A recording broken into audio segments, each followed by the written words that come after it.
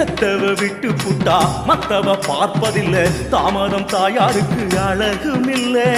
தாய் வீடு வருவதற்கு தடையுண்டோ சொல் நாரணியே. அம்மாவதூறு சொன்னவர்க்கும் அருள் செய்கிறாய். அடியனை மட்டும் நீ ஏண்டி சோதிக்கிறாய். நான் மகன் இல்லையா, உனக்கு மனசில்லையா? உன் மனதூரில் எனக்கு ஒரு இடம் இல்லையா?